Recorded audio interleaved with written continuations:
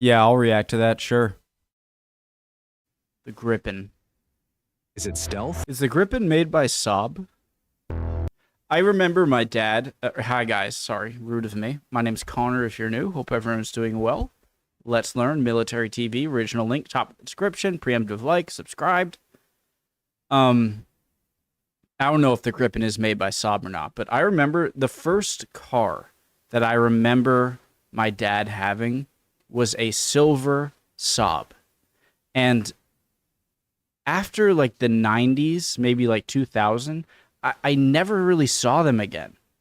And then I find out that they're a major military contractor in Sweden, major military equipment production manufacturer, military manufacturer in Sweden. She's like, I couldn't talk, but just wanted to say that. Let's go.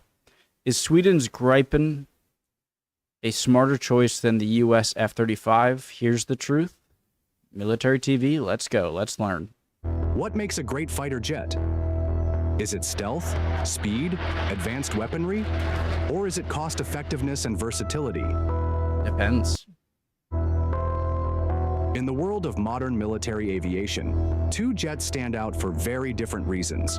The JAS 39 Gripen, Sweden's Saab. agile and cost-efficient warrior, and the F-35 Lightning II, America's stealthy and technologically dominant powerhouse. Question, or not question, kind of a statement that might be wrong. So I believe that if you are a military who can't afford both an F-35 stealth aircraft and other aircraft that are non-stealth, I would go with the non-stealth aircraft because I hear they're more, like the F-35s I think is a good choice if you have enough money in your military budget to afford both stealth aircraft and non-stealth aircraft.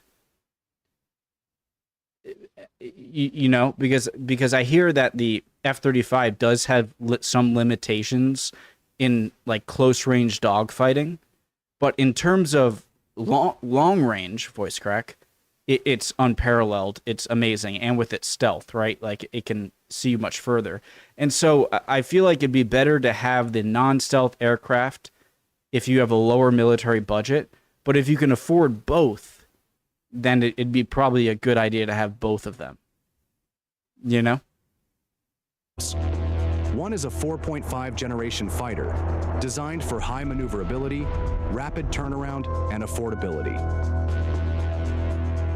The other is a 5th generation stealth aircraft, built to dominate the skies with advanced sensors and electronic warfare.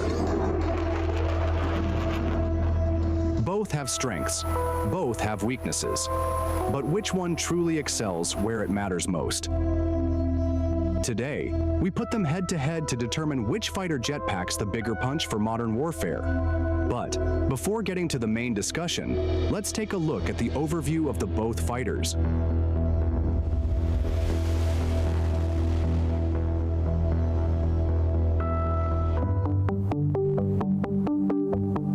The JAS 39 Gripen is a testament to efficient and versatile fighter design. Developed by Saab in the late 20th century, it was designed to replace Sweden's aging fleet while prioritizing multi-role capabilities, cost-effectiveness, and rapid deployment. Its lightweight Canard Delta wing configuration enhances maneuverability, making it highly agile in air combat. This adaptability allows it to perform air-to-air combat, ground attack, and reconnaissance missions, making it a true multi-role aircraft.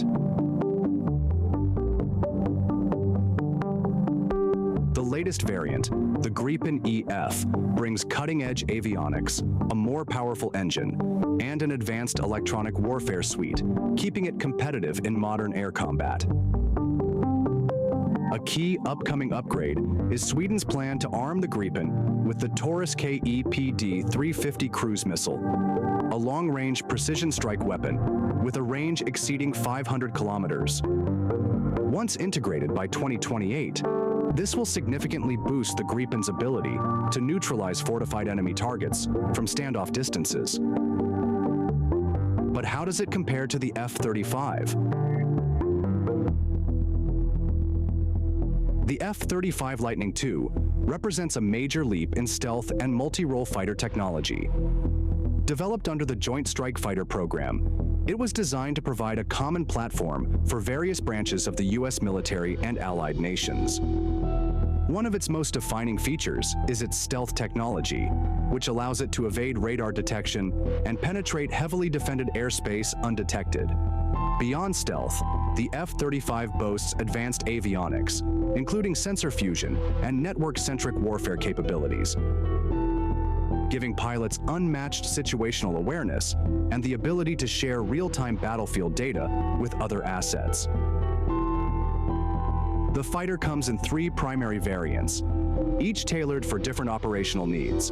The F-35A, designed for conventional takeoff and landing. The F-35B, capable of short takeoff and vertical landing for use on amphibious assault ships.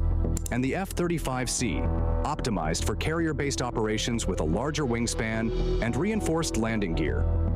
Now let's compare them head-to-head.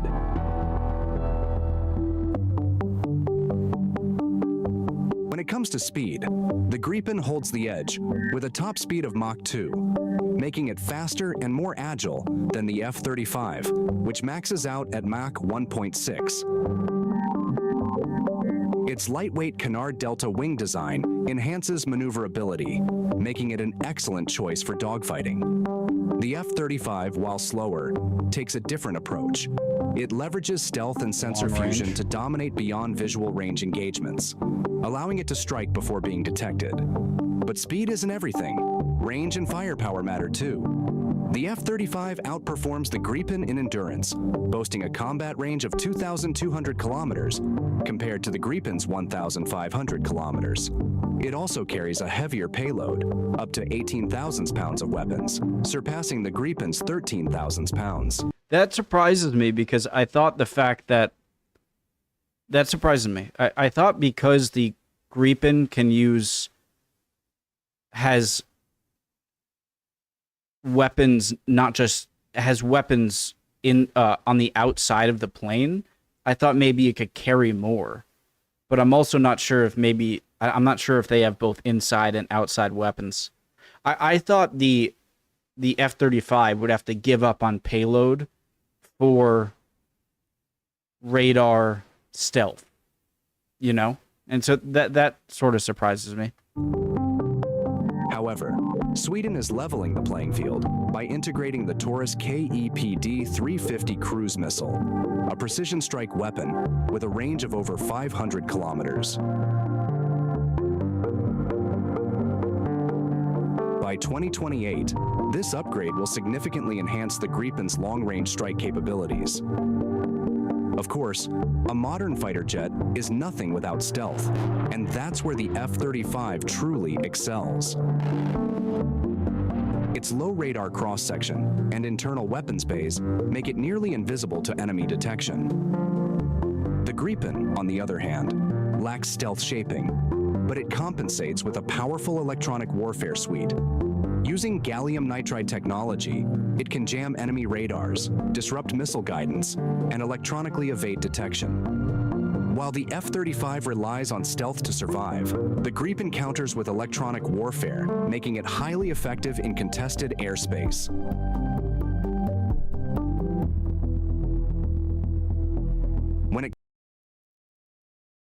Okay, but... It can jam enemy radars, disrupt missile guidance, and electronically evade detection. Is it talking about enemy air-to-air radar, as in an F-35's ability? I might be looking at this differently. I'm kind of in the mindset right now where I'm thinking them going head-to-head against each other, but he could just be talking about the capabilities from air-to-air and air-to-ground.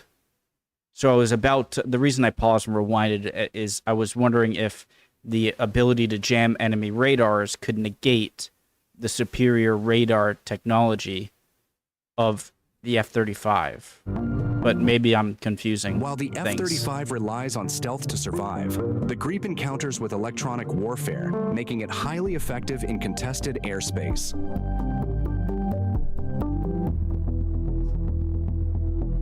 When it comes to operational flexibility, Sure, the Gripen is built for Gripen. maximum versatility. It can take off and land on short or improvised runways, including highways and remote airstrips, giving it a major advantage in decentralized operations. This is sort of what I meant by why if you can't afford having both planes in your both jets in your arsenal, fighter aircraft, then it's probably better to go with the Gripen for that reason. Its rugged design and quick turnaround time enable high sortie rates, making it an ideal choice for nations with limited infrastructure.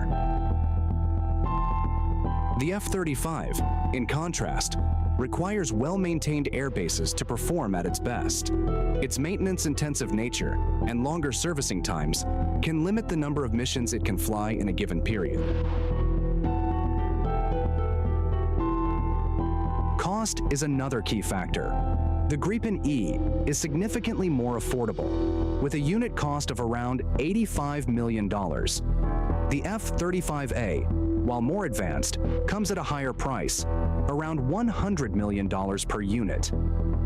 Not just the higher price of the unit itself, but also the higher price of maintaining roadways and having, the mechanics to deal with it. And so you have to, like, in order to make this useful, like, if you, there was this saying about, I think it was Soviet versus American aircrafts, was that a Soviet aircraft, while less capable in many areas, as in both capability of aircraft and the amount of training you need to fly the aircraft, which will be the American aircraft, right? But the Soviet aircraft, although less technologically advanced by a bit, could land in almost any runway and could be operated by a much less trained soldier, and so.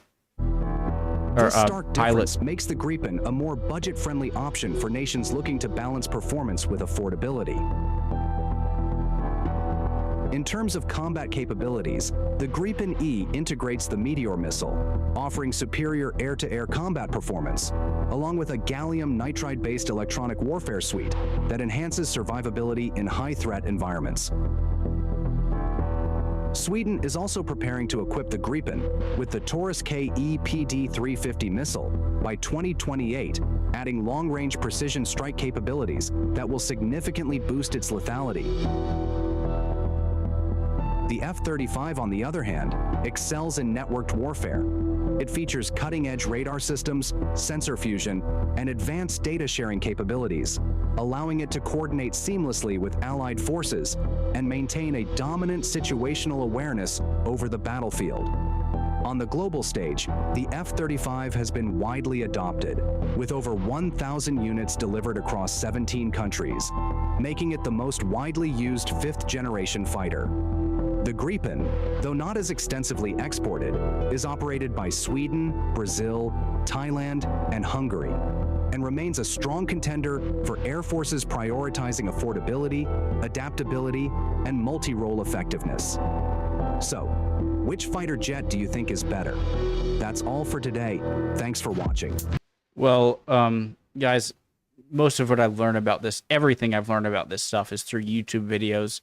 I'm not an expert, okay? Sometimes I worry I get too far into the video giving my opinions that, like, I might come across as thinking I'm very knowledgeable in this stuff. I'm not. I'm just kind of giving my ideas here.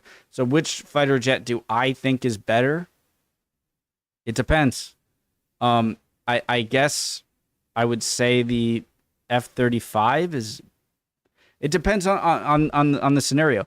The answer, the best answer would be to have both, okay? Not a full fleet of F-35s or a full fleet of Gripen, but a combination. And not many militaries can afford that and know how to deploy them effectively and know how to maintenance them and have proper runways for some.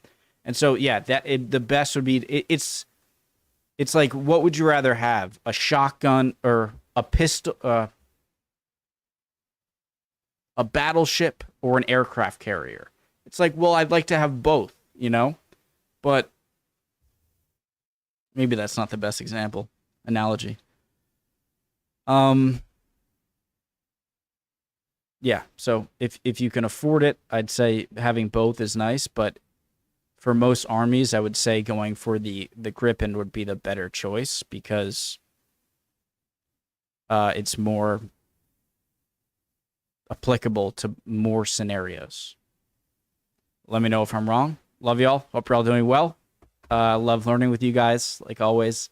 Would appreciate any comments down below. You're always good with that. If I said something you disagree with, especially in a subject I know even less about than other subjects that I already don't know much about, love to see your comments. Call me out.